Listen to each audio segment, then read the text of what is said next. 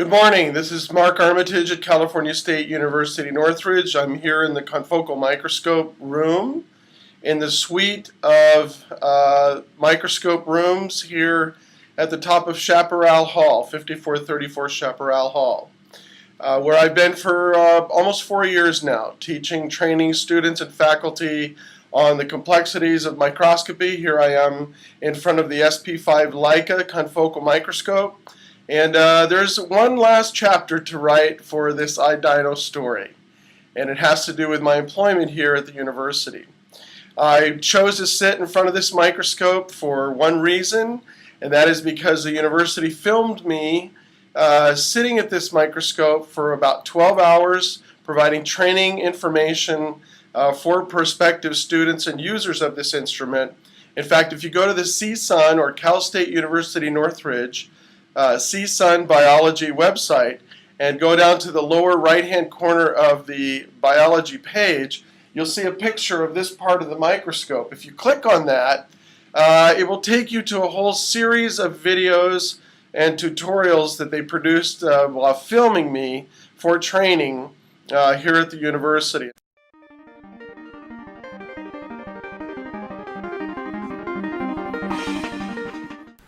Hello, this is Mark Armitage coming to you from the microscopy facility in the biology department at California State University, Northridge. We welcome you to this series of training videos in confocal microscopy.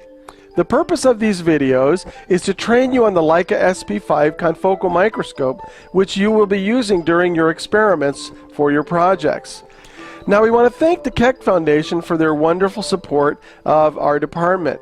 Not only did they donate the funds which allowed us to purchase this instrument, but they also supported us in supplying the funds to be able to produce this series of training videos.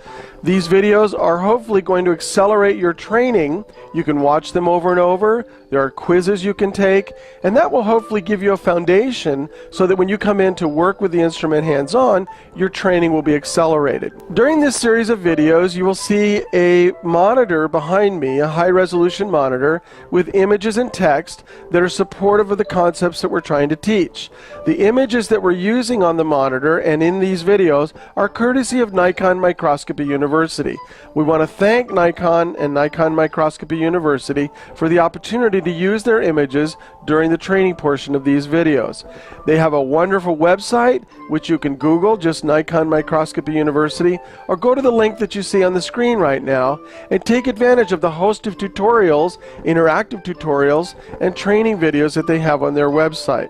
Now, the Leica confocal microscope is a very complex instrument. It uses complex optics and lighting, it uses lasers for illumination, and it's a very software-driven machine.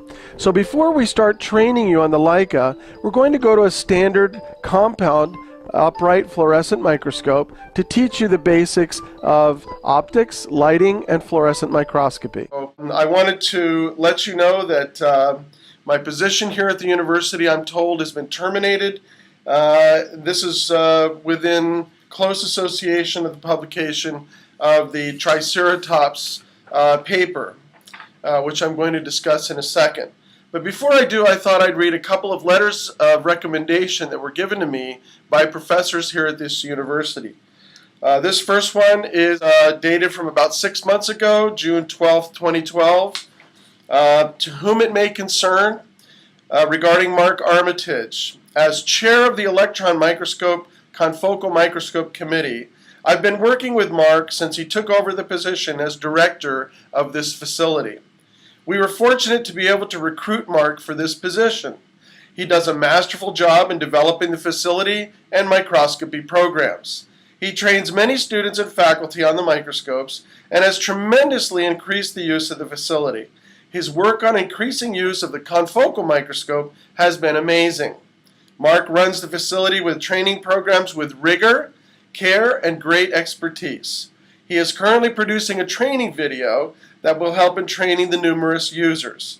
Mark is patient and has exactly the right personality to handle this difficult job that is partly political in that he needs to satisfy so many users, all of whom have urgent needs. Mark is simply the best there is. Signed, Stephen B. Oppenheimer, PhD, here at Cal State University, Northridge. He's been here for about 40 years. I have one other letter of recommendation to read you. This one is from the former chair of this department, Randy Cohen, who stepped down as chair about 2 months ago.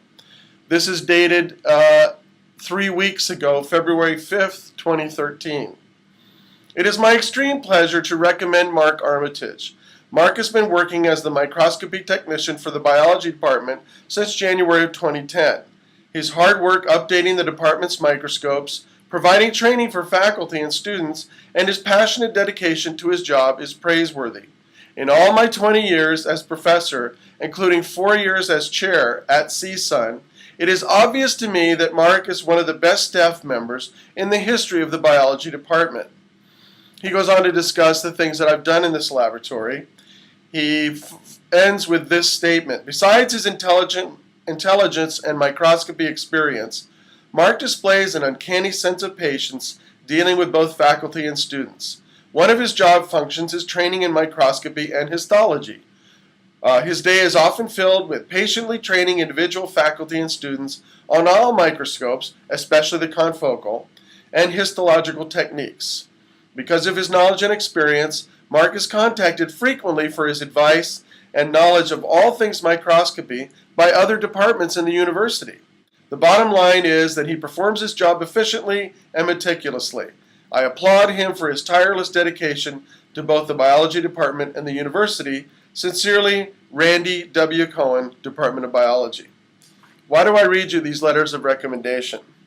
Well, I've been told that my position here at the university is terminated. In fact, this whole laboratory is going to be shut down, according to my boss.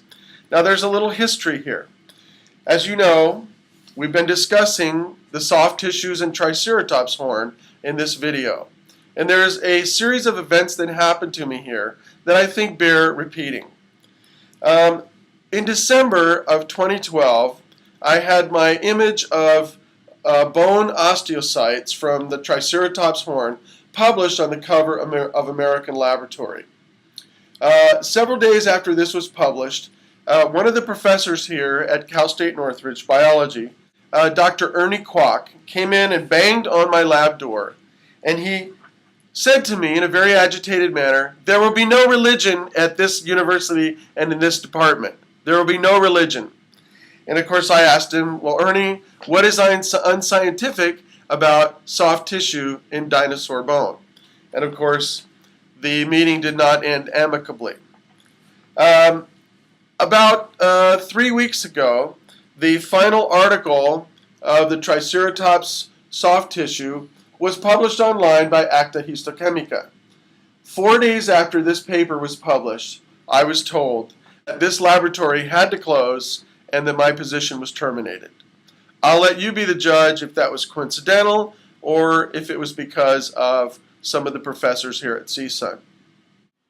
Today, this electron microscope is not running. In fact, none of the electron microscopes in this lab are, and they probably won't be run again.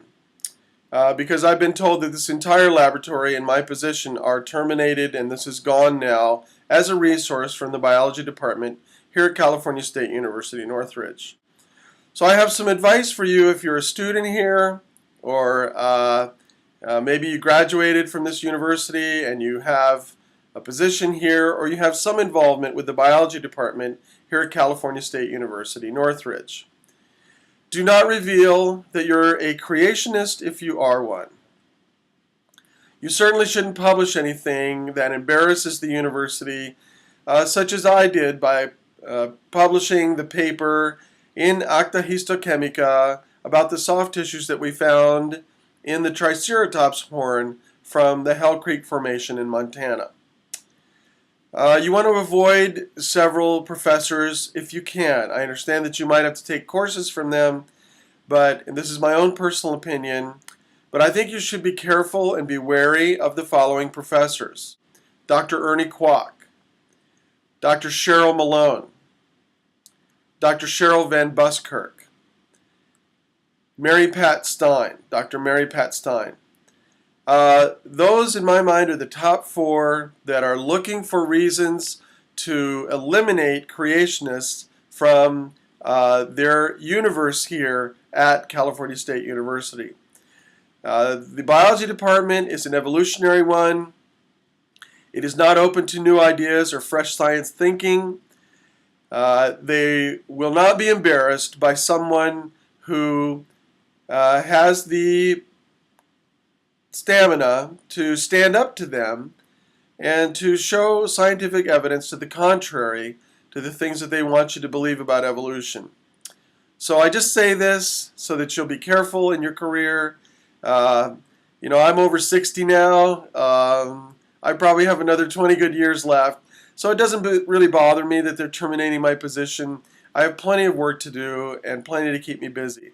I'm just really sad for you students because you're going to lose out on this wonderful resource and all these resources here, and I'm going to show you the other microscopes in a second. And so I'm sorry for that, and I wish you the best in your career, and good luck to you. But remember, keep your creation position to yourself. Thank you.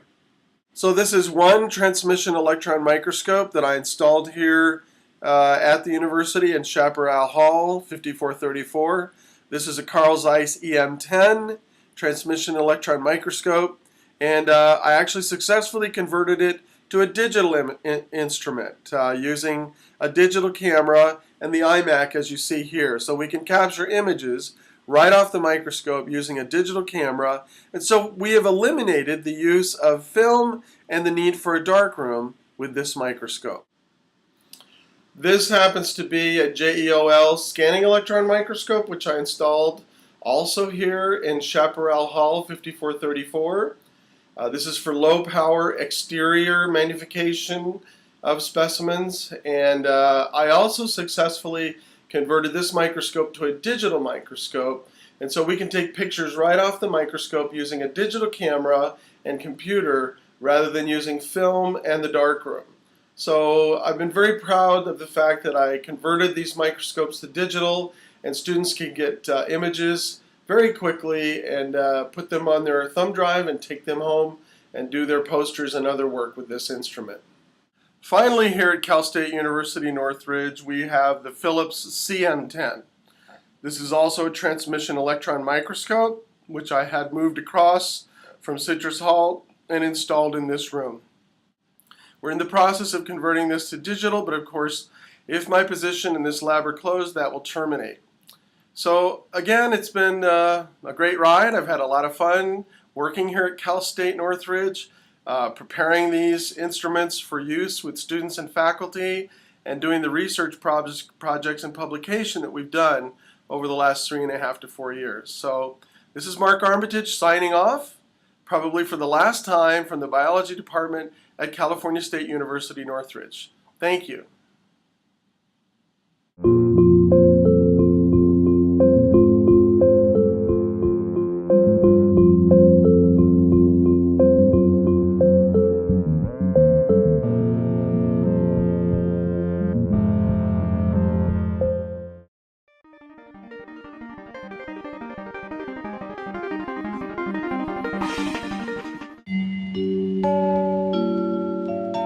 We're all familiar with the way that you can take white light and pass it through a prism and get the rainbow out of that light.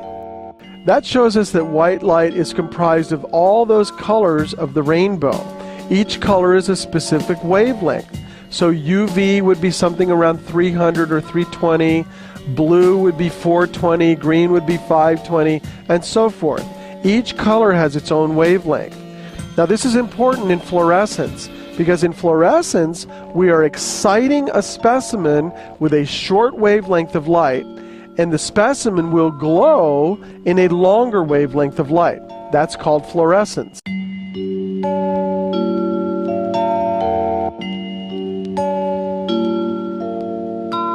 Some bacteria, dinoflagellates, other organisms autofluoresce. You're familiar with bioluminescence in aquatic systems. When you run your fingers through the water, you see light glowing. That's autofluorescence, bioluminescence. So most tissue types will autofluoresce. They will give off a light on their own when you excite them with a short wavelength of light. So in fluorescence, it's important to understand what our excitation light is and what our emission light is. We're exciting with a low wavelength of light. In this case, we're using blue light from about 440 nanometers up to about 500 nanometers. That's blue light. So that's our excitation light that we hit our specimen with. Then the specimen gives off light in a longer wavelength. And so here we see the emission light, which is green, from about 470 nanometers up to 560 nanometers. Hi, this is Mark Armitage. I have about 30 years experience in microscopy.